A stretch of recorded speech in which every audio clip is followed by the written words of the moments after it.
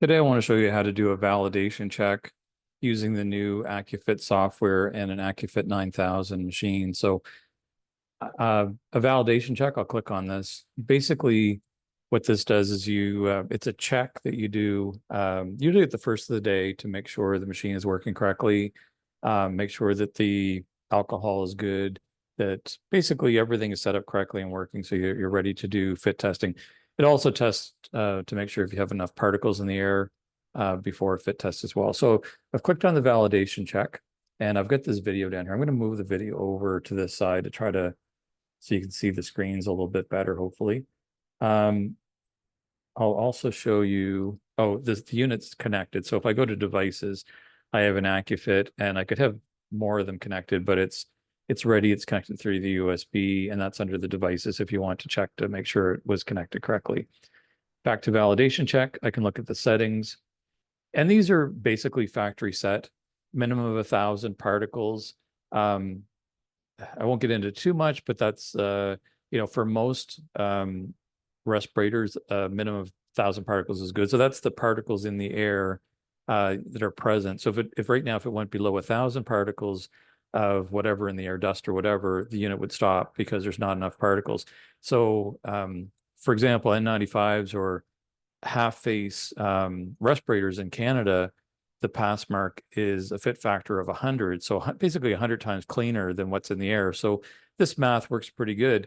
If you're testing SCBA, in Canada, SCBA face piece, the pass mark is 1,000. So basically 1,000 times cleaner than the air. So if you only have 1,000 particles in the air and it has to be 1,000 times cleaner, that could become an issue. So usually when you're doing fit testing in normal mode, we'd want to see between 3 and 5 or between 3,000 and 5,000 or even 8,000 particles, especially for testing SCBA.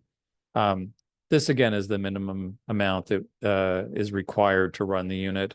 So if I was doing SCBA, maybe I'd make it, not even 3,000, but maybe 2,000. So at least it's 2,000 particles minimum.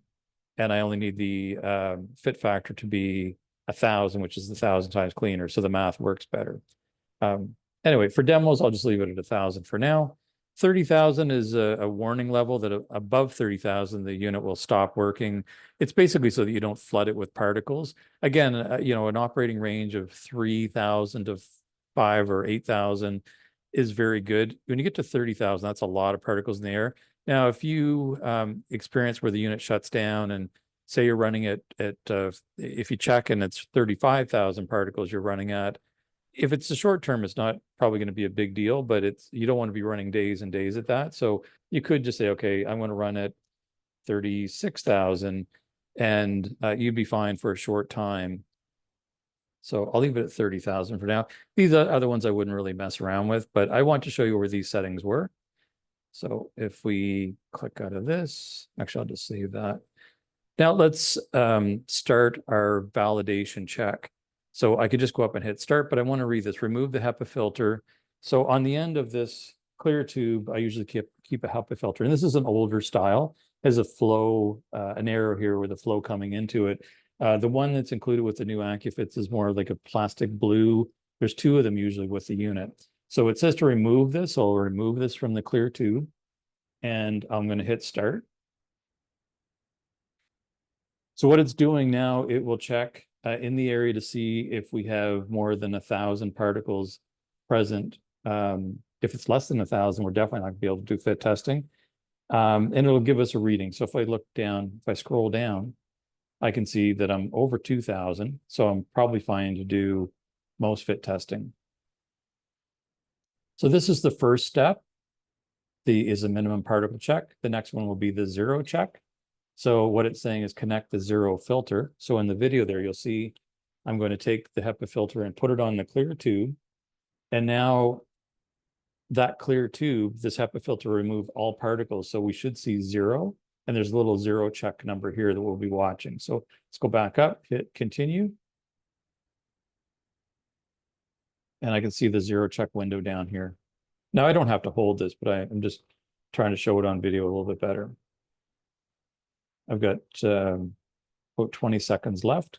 On the instrument itself, it just gives time remaining. It says it's doing a zero check and the logo is on here. It's very clear on the unit, just it doesn't pick up very well on the camera. So let's see, the zero was, again, we'd expect it to be very good. Now, over time, the HEPA filters may leak. So you might get, instead of zero, you might get some other number that would fail this test. And also we've had strange things like there's leaks in here or a cut in the tube somewhere along. It's basically, it's looking for, during the zero check, it's looking for any leaks that may be happening either in the tubing or the machine to make sure that your results, once you start fit testing, are accurate.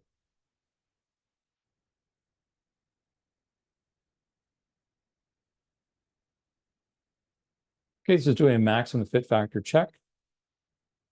And I look at the bottom here, it says validation check result pass. So that'll be recorded in the database. Everything looks good. As far as this is concerned, the video and everything, that the machine is operating fine. There's enough particles to do the test. And we're basically ready to start doing a fit test.